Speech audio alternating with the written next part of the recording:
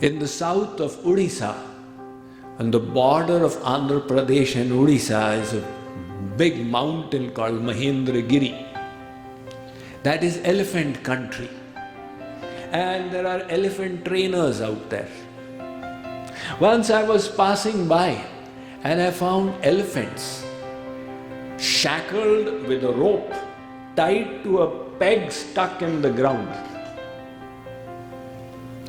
I asked the Mahavat elephant trainer, how come you have managed to tie this huge elephant with a little peg to the ground? He said, Swamiji, when the elephant was yet a baby, at that time it was tied with the peg. Now when it was a baby, it did not have the strength to yank the peg out, and it became conditioned. If this rope is tied to the ground, then I cannot pull it out. Now when it's become a full-fledged animal, it can even yank out a tree, but its conditioning is preventing it from doing so. You see, there are these fleas. Now fleas have this ability to jump 16 feet. At least that's what Wikipedia claims. 16 feet. But you do an experiment. You put fleas into a tin box where they only have 1 foot space to jump. Now they will jump a few times and then they will realize that we cannot jump more than 1 foot. After that you open the lid. They will keep jumping 1 foot. They will never try to jump more than that. They have become conditioned. Similarly, our behavior becomes conditioned. You see, the mind has got its conscious aspect and its subconscious aspect. The conscious aspect is what you are aware of. And then there is the subconscious aspect of which we are not even aware.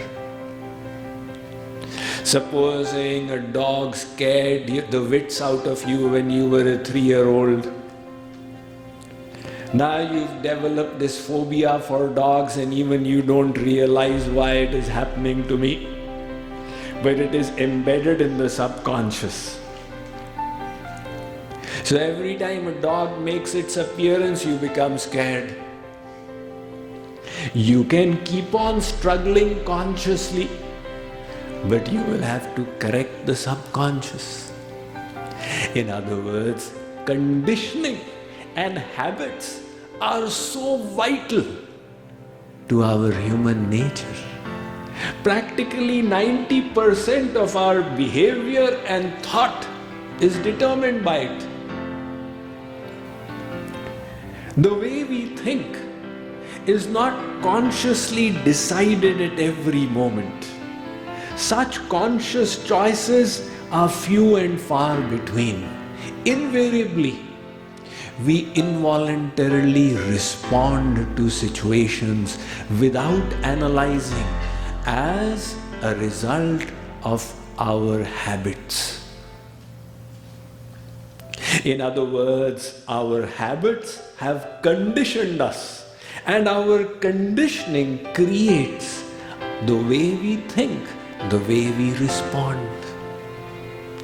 If your conditioning is to be pessimistic, and you hear from Swamiji it's better to be optimistic and positive, you say, all right, now let me be optimistic and positive. It will be a struggle. If you wish to be optimistic and positive, you will have to change the habit and conditioning so that optimism becomes a spontaneous response that comes from inside.